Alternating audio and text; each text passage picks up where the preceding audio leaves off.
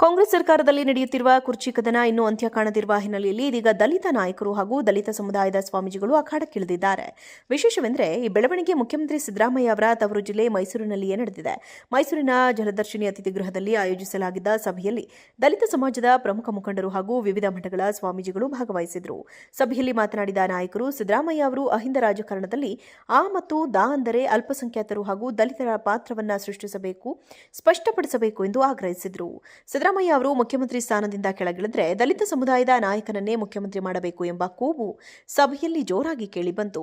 ನನ್ನ ನಂತರ ದಲಿತರು ಸಿಎಂ ಎಂದು ಸಿದ್ದರಾಮಯ್ಯ ಘೋಷಿಸಿದರೆ ಅವರು ದೇವರಾಜ್ ಅರಸು ಅವರಿಗಿಂತಲೂ ಒಂದು ಹಂತ ಮೇಲಕ್ಕೆ ಹೋಗುತ್ತಾರೆ ಎಂದು ಉರ್ಲಿಂಗಪೆದ್ದಿ ಮಠದ ಜ್ಞಾನಪ್ರಕಾಶ ಸ್ವಾಮೀಜಿ ಅಭಿಪ್ರಾಯ ವ್ಯಕ್ತಪಡಿಸಿದರು.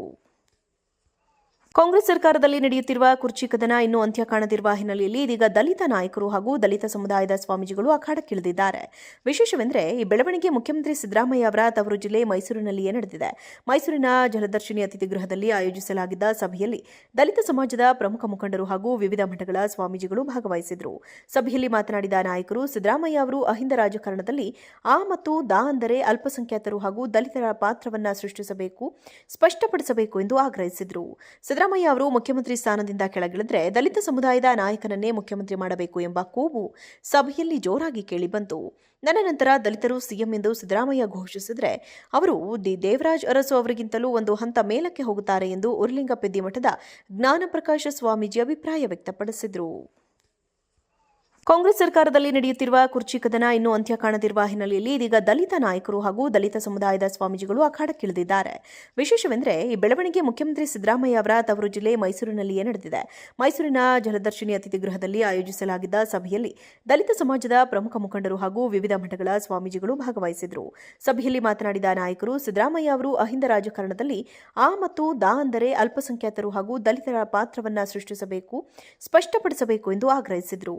ಸಿದ್ದರಾಮಯ್ಯ ಅವರು ಮುಖ್ಯಮಂತ್ರಿ ಸ್ಥಾನದಿಂದ ಕೆಳಗಿಳಿದರೆ ದಲಿತ ಸಮುದಾಯದ ನಾಯಕನನ್ನೇ ಮುಖ್ಯಮಂತ್ರಿ ಮಾಡಬೇಕು ಎಂಬ ಕೂಗು ಸಭೆಯಲ್ಲಿ ಜೋರಾಗಿ ಕೇಳಿಬಂತು.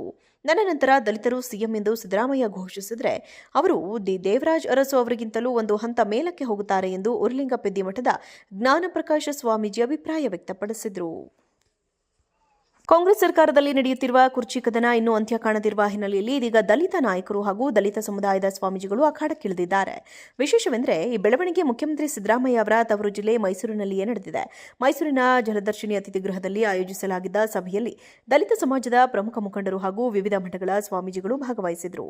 ಸಭೆಯಲ್ಲಿ ಮಾತನಾಡಿದ ನಾಯಕರು, ಸಿದ್ದರಾಮಯ್ಯ ಅವರು ಅಹಿಂದ ರಾಜಕಾರಣದಲ್ಲಿ ಆ ಮತ್ತು ದಾ ಅಂದರೆ ಅಲ್ಪಸಂಖ್ಯಾತರು ಹಾಗೂ ದಲಿತರ ಪಾತ್ರವನ್ನು ಸೃಷ್ಟಿಸಬೇಕು, ಸ್ಪಷ್ಟಪಡಿಸಬೇಕು ಎಂದು ಆಗ್ರಹಿಸಿದರು. ಸಿದ್ದರಾಮಯ್ಯ ಅವರು ಮುಖ್ಯಮಂತ್ರಿ ಸ್ಥಾನದಿಂದ ಕೆಳಗಿಳಿದರೆ ದಲಿತ ಸಮುದಾಯದ ನಾಯಕನನ್ನೇ ಮುಖ್ಯಮಂತ್ರಿ ಮಾಡಬೇಕು ಎಂಬ ಕೂಗು ಸಭೆಯಲ್ಲಿ ಜೋರಾಗಿ ಕೇಳಿಬಂತು.